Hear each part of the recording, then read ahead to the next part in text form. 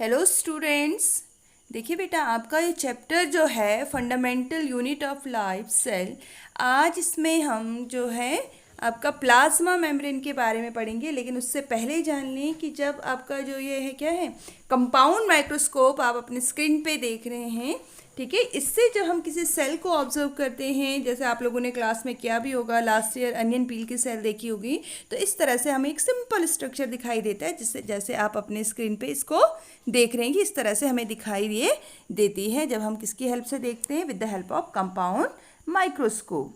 ऐसे ही देखिए बेटा, जब आपका क्या डिस्कवर हुआ 1932 में, नोल एंड रुस्का दो साइंटिस्ट हुए आपके, इन्होंने मिल के इलेक्ट्रॉन माइक्रोस्कोप डिस्कवर किया। आपका इसमें दिखा रखा है, इन्होंने ये बनाया जो है आपका इलेक्ट्रॉन माइक्रोस्कोप। तो इसके बाद सेल के अदर जो पार्ट्स हैं, या हम कहें अदर जो ऑर्गेनेल्स हैं, वो भी हमें क्लियरली दिखाई देने लगे। किसकी हेल्प से? With the help of electron microscope. और किसने इसको बनाया था? It was made by Knoll and Ruska. Clear?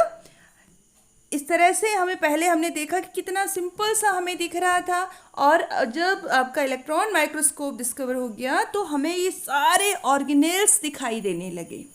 ठीक है, तो अब हम इन ऑर्गेनेल्स के बारे में एक एक करके पढ़ेंगे। Now we will study one by one कि किस तरह से बने होते हैं, इनका केमिकल कंपोजिशन क्या है, इनका फंक्शंस क्या है। ठीक है, तो अगर आप किसी सेल में देखें, एनिमल सेल में देखें बेटा, तो जो सबसे आउटर जो लेयर है, हमने कहा ये क्या है, इट इज़ प्लाज्मा मेम्ब्रेन। आपकी प्लाज्मा मेम्ब्रेन होती है, जो सबसे बाहर की ये लेयर आप देख रहे हैं, ये क्या है, that is a plasma membrane.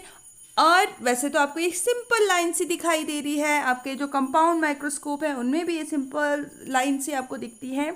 लेकिन जब इसकी हम स्टडी करते हैं इलेक्ट्रॉन माइक्रोस्कोप में, तो आपको ये जो प्लाज्मा मेम्ब्रेन है, ये आपको लिपिड से और प्रोटीन से बना हुआ स्ट्रक्चर इसका दिखाई देता है। तो सबसे पहले जान लेते हैं कि प्लाज्मा मेम्ब्रेन क्या होती है। इसकी डेफिनेशन अगर हम दें तो प्लाज्मा मेम्ब्रेन क्या है? इट इज़ अ मेम्ब्रेन, ठीक है, विच इज लिविंग, यानी कि प्लाज्मा मेम्ब्रेन आपकी क्या है, लिविंग। जैसे हमने लास्ट वीडियो में भी डिस्कस किया था, दैट इज़ वेरी थिन, बहुत थिन होती है, डेलिकेट है, इलास्टिक है, और सेलेक्टिवली परमिएबल मेम्ब्रेन होती है। सेलेक्टिवली परमिएबल मेम्ब्रेन का मीनिंग है सेलेक्टिव मटेरियल्स को ही एंटर करने देती है। जो सेलेक्टिव मटेरियल्स होंगे, जो अंदर जाने चाहिए, सेल्स के जो अंदर जाने चाहिए जो मटेरियल, उन्हीं को अंदर जाने देती है, सारी चीज़ों को नहीं। क्लियर? आई थिंक इतना क्लियर हो गया कि जो सेल हमें दिखाई नहीं दे रही है, उसकी जो बाउंड्री लाइन है बाहर की, ठीक है, वो उसमें भी क्या है, आपके बहुत सारी चीज़ें हैं, बहुत सारी केमिकल कंपोजिशन है, उसके बारे में पढ़ते हैं हम लोग। लेकिन ये बहुत थिन है, लिविंग है, डेलिकेट है, इलास्टिक है, और सिलेक्टिव परमेबल मेम्ब्रेन है। इसके लिए 1972 में दो साइंटिस्ट हुए आपके, निकलसन एंड सिंगर, ठीक है। इन्होंने एक मॉडल दिया, that is called the fluid mosaic model, इसे हम कहते हैं। तो इन्होंने क्या क्या कहा कि ये जो प्लाज्मा मेम्ब्रेन है, ये क्या है, अगर इसको देखें तो number of protein icebergs floating in the sea of lipids, यानी कि इस प्लाज्मा मेम्ब्रेन में आपके बहुत सारे लिपिड्स हैं। अगर यहाँ आप देखें बेटा, ये फॉस्फोलिपिड्स आपको ये बाइलेयर्स इसमें दिखाई दे रही है, आप पिक्चर्स में देख सकते हैं। ये क्या है, आपकी बाइलेयर, आपको ये फॉस्फोलिपिड्स आप देखेंगे ये दिखाई दे रहे हैं। तो बहुत सारे इसमें लिपिड्स होते हैं, और इसके साथ साथ इसमें क्या है, प्रोटीन आइसबर्ग्स, दो तरह के इसमें प्रोटीन्स होते हैं। अगर देखें आप, एक ये प्रोटीन्स हैं आपके इंटरनस प्रोटीन, इन्हें हम कहते हैं इनसाइड होते हैं ये सेल के, और दूसरे होते हैं आपके एक्सटर्निक प्रोटीन होते हैं, ये ऊपर फ्लोट कर रहे हैं। ठीक है, तो हम कह सकते हैं कि इसमें क्या है, आपके लिपिड्स हैं और प्रोटीन से बनी हुई ये मेम्ब्रेन है। देखिए, हमें अभी तक हमने सिर्फ ये जाना है कि एक ये लेयर है सिर्फ, लेकिन अब हमें ये पता चल गया कि ये जो लेयर है इसमें भी क्या है, बहुत सारे आपके लिपिड्स हैं और प्रोटीन्स हैं। इनसे ये जो मेम्ब्रेन है ये बनी हुई होती है। क्लियर?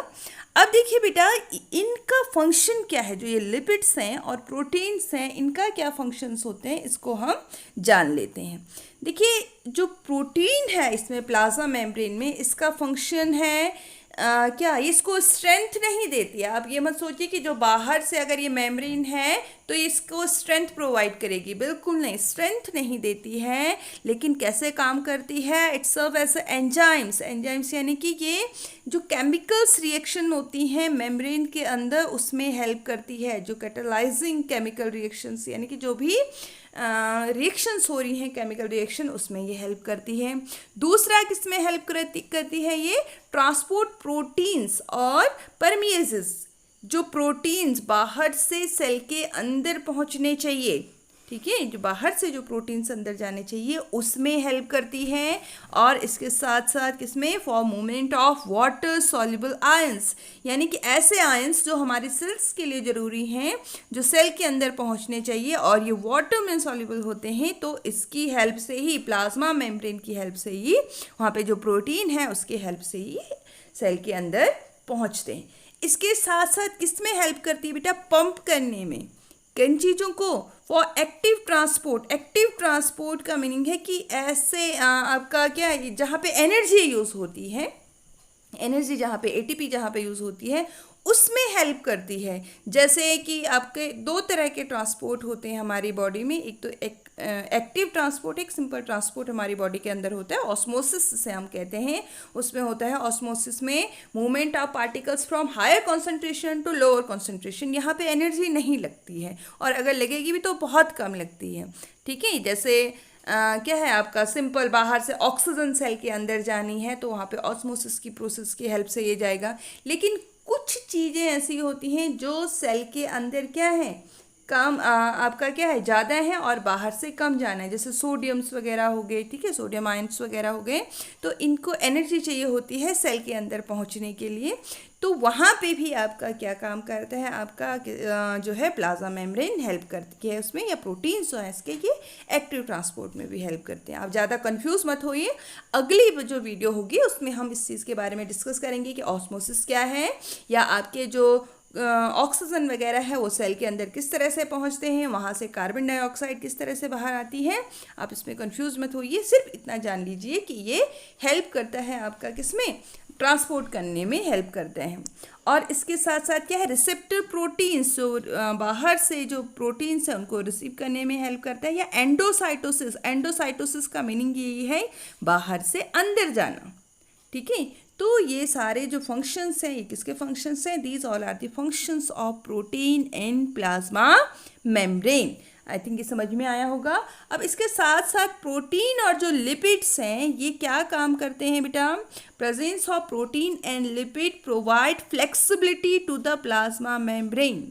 एक प्लाज्मा मेम्ब्रेन को फ्लेक्सिबिलिटी प्रोवाइड करते हैं। जैसे हमने पहले ही कहा कि प्लाज्मा मेम्ब्रेन क्या है, that is a flexible membrane, flexible होती है ये, ठीक है। और किसमें हेल्प, जो ये फ्लेक्सिबिलिटी है ये भी किसमें हेल्प करती है? It also helps in endocytosis.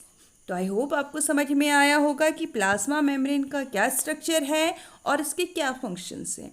अगली जो वीडियो है उसमें हम बात करेंगे कि किस तरह से ये जो प्लाज्मा मेम्ब्रेन है हेल्प करती है जो पार्टिकल्स हैं उनको मूव करने में, या हमारी बॉडी की सेल्स के अंदर ऑक्सीजन पहुंचने में, या अदर जो क्या है, जो आयंस हैं हमारी बॉडी में, या जो नेसेसरी थिंग्स हैं उनको सेल के अंदर पहुंचाने में हेल्प करती है। Now thank you for watching.